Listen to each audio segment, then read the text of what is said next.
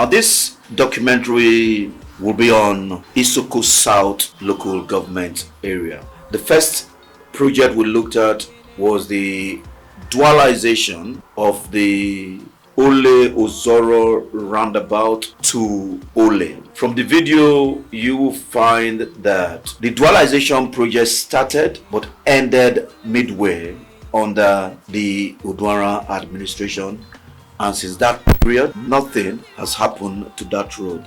It is not a surprise to some of us. The dualisation project has been abandoned because the PDP is synonymous with the abandonment of projects, as we have indicated in a number of our videos. The next project we looked at is the Oleh Irri Aviara Road, starting from Iyaga market in Oleh. Despite 100 million being allocated in 2021 and 200 million allocated in 2022, bringing it to a total of 300 million. What you find in the video is a road that is in very bad shape. What the government used the 300 million for is a question they will need to answer to the Isoko nation. The only thing you find on side is gravel heaped by the side of the road, and with the pretense of job starting earnest. But we know for definite this road has been in this shape for a very long time. How a government will allow the citizens of the state to face this kind of hardship, resulting in high cost of vehicle maintenance, is something that beggars belief.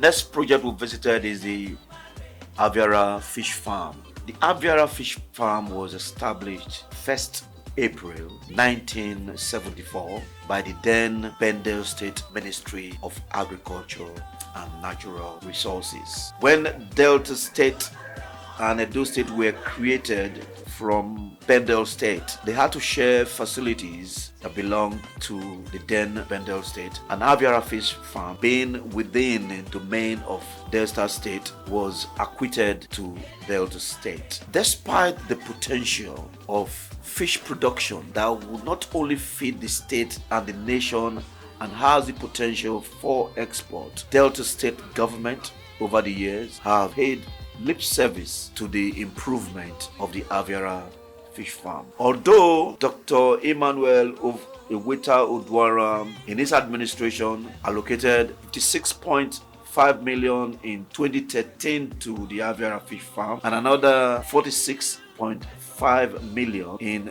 2014, and finally 56.5 million in 2015, bringing it to a total of 159,600,000. There is nothing to show for the Aviara Fish Farm. Now, the point we need to ask here is this, or our bone of contention is this: how can a government, having known the potentials of such a project that sits on over 100 hectares of land, like you can find in the video, and also having put the silos in place and the water tank for the project and various hatcheries in place, have decided to abandon it? PDP does not mean well for the Isoko nation, and it will be foolhardy for the Isoko nation to continue to vote for a party after 24 years and there's little or nothing to show in their domain. What I want to assure Deltans is, when you look at the 60-page manifesto of the APC in Delta State, there is a provision for the expansion and development of fisheries in the state. And we are assuring Deltans that because of the huge potential of the Aviara Fish Farm, when the government of Senator Agege entered the saddle of governance in Delta State as the governor, and his deputy, Right Honorable Friday Osanebi, they will give due consideration and ensure that Aviara Fish Farm comes to light, because we know that it is going to provide a lot of jobs for people within the Aviara axis and Isoko South at large, and also has a very huge earning potential for the state in the sale of fish items and fingerlings to other farm settlements in the country. Now, our third project is the Skills Acquisition Center located at Aviara. From the video, you can see this project has been abandoned and has been overtaken by thick vegetation. And you can hardly even see the building from the video. The place more or less looks like a forest. Now, this project, although started under the Oduara administration, and the only items remaining for the takeoff were the installation of equipment, the Okowa administration, despite having allocated over 1.8 billion to the rehabilitation of vocational education centers in the state, decided to ignore that of Aviara. In 2017, Okowa allocated 900 million to the rehabilitation and renovation of vocational center education in Delta State. In 2018, he allocated another 750 million. In 2019, 209 million was allocated. Now, what the Isoko nation want to know from Okowa and his PDP cohort is, despite the expansion of all the vocational centers in Delta State, is it that the Isoko nation does not befit a skills acquisition center? How can the government misuse resources of the state in this manner and still not achieve what those allocations were aimed at? Is something Deltans must frown out. Anger in this is that the Isoko nation should not just sit back and frown at this. They should reject PDP at the polls in 2023. The Senator Ovio Omagege-led government of 2023 has a robust document on technical education, and having expended so much in projects like this, and knowing the importance and potentials of this type of projects in expanding the skill sets of the indigenes of the Isoko nations and Delta State at large, such projects will be top priority, and their completion will not be far from the start of his administration. Now, the next project we looked at is the Model Technical College Irri. Now, as we all know, Delta State government sometimes in 2019 came up with the laudable idea of establishing 19 technical colleges across the state. And from our research, from their budget documents, we found out that in 2020, 3.32 billion was allocated to the establishment of the 19 technical colleges. Another 3.8 billion was allocated in 2021, and in 2022, 4.5 billion was allocated. Although we've not laid our hands on the 2023 budget, we believe that there will be an allocation higher than the 2022 allocation of 4.5 billion. So far, 11.62 billion has been allocated for the establishment of technical colleges. But what you find in the video is that the technical college located at Irri is less than 50% completed. And despite spending over 11 billion in the 19 new technical colleges across the state, some of which are at the verge of being commissioned, one would want to ask the simple question: why again has the PDP, in this case under Governor Okowa, abandoned or about to abandon the Model Technical College at Irri? Now, it would interest Deltans to know that from the signage, the consultants of this project are Imafi Donia Consultants Nigerian Limited, with office at Ojiboji, Owa. The contractors are Rosod Construction Limited, Izebu Street, Asaba. A government that really needs to spread wealth across the state should be awarding the consultancy and construction of this project to contractors domiciled within a short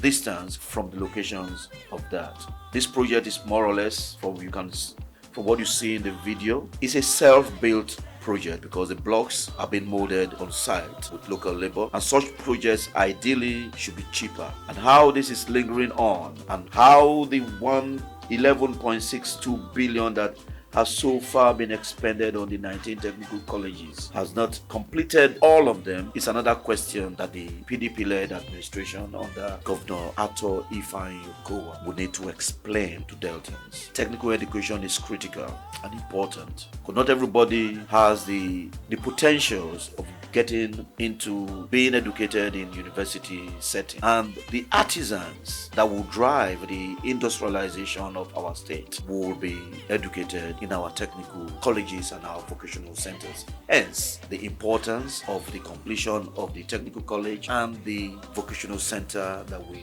spoke about earlier. Last project we looked at is the Faculty of Engineering, Delta State University, Oleh. Sometimes in 2021, we carried out on the spot assessment of the state of the engineering faculty at Oleh. And from our recent visit, we noticed that no progress has been made on the abandoned projects we saw on site. From the video, you see that there are over 5 abandoned projects which were started by Odwara, and when Okowa came into office, he did nothing whatsoever on any of the projects. And we are made to understand that the faculty is about losing her accreditation. Now, how a government would establish 3 new universities and allow an existing university that is known worldwide to go down should worry all Deltans. What is the intention of Okowa in seeing that the Faculty of Engineering Oleh campus dies? What is he going to gain by that? Why is he so unfriendly to the Isoko nation? Because from the videos we have posted on Isoko North and Isoko South, you see that there is something behind the scene that some of us do not understand. And I believe the Isoko nation would understand from these videos that their faith does not lie in the hands of the PDP. The government of Senator Ovio Omoagege as governor and Right Honorable Friday Osanebi as deputy governor would ensure that all the projects that have been identified as abandoned in the series of videos that will be done for Isoko North and Isoko South will be given top priority, and we promise them that they will see a new lease of life in all the facilities that have been abandoned in their domain. So what we need to do is that reject PDP come 2023, voting a progressively minded set of individuals that have the team to take Delta State beyond the mediocrity that we've seen over the 15 years of PDP from the Odwara administration to the Okowa's administration, despite the huge resources that we find. Whilst we're carrying out our research, we found out that the Decay bypass to Okbe Isoko has had over 1.2 billion naira allocated since 2017. Internal roads in Ikbede, Irri have had 1.108 billion allocated. Construction of internal roads in Olomoro have had 653 million naira. In 2019, 403 million was allocated, and in 2022, 205 million allocated. The Ideze Township roads have had approximately 700 million naira allocated for road construction in Ideze. There has been another 250 million naira allocated for the rehabilitation of Oleh Stadium. Internal roads in Oleh have gobbled 1.1 billion naira. From these figures that we have reeled out, one would expect that all the roads within the local government will be in top condition, but what we find is nothing to write home about. If you see our drive from Ozoro Roundabout to Iyaga Market, you can see the nature of the road yourself. And again, what worried us most was that there was a heading that was very funny in the 2022 budget, and the heading reads, Construction of Internal Roads in Isoko South Local Government Area. This had an allocation of 500 million. How a government will allocate such huge sum of money and give it such an ambiguous heading worries us as Deltans. Budgetary allocations are supposed to be specific. When you look at budgets of Delta State from the Odwaran era to the Okowa era, it's like a repetition of the same subheads year in, year out, under the guise of bringing development to the people. But what happens to such money, your guess is as good as mine. With all this, I will repeat and plead with the Isoko nation. 24 years has not been fair to you. The roads connecting your various villages are nothing to write home about. The only higher institutions in your domain, the Faculty of Engineering, and the technical vocational center at Aviara have been left to die. Our people need to be educated, and that education cannot come from those who do not care for us. Manifesto is therefore a product of profound thought based on my practical experiences, both in the executive and legislative arms of government. Ladies and gentlemen, we've come up with a 60-page manifesto anchored on the urge to build a new Delta band. Urge covers critical areas of governance that will drive our agenda when elected governor in 2023. The manifesto is our vision and mission. It captures our urge agenda, which breaks down as E for employment and empowerment, D for development, economic, infrastructural and industrial, G for good governance, and E for enduring peace and security. The urge agenda sums up our people's hopes and aspirations for economic stability, sustainable employment, security, access to modern public infrastructure, solid institutions, and clean environment. It is strategically organized to make us a model state and a leading center of excellence. With EDGE, we bring credibility, efficiency, and trust back to governance. It is the ultimate paradigm shift to reform our public service, cut the cost of governance, eliminate waste, and deny corruption and other crimes comfort and safety in our governance architecture. EDGE agenda is our firm promise and its success. Ancient of days, I bow down before you, beginning and the end. There's no other one greater than you. Oh, let your name be praised.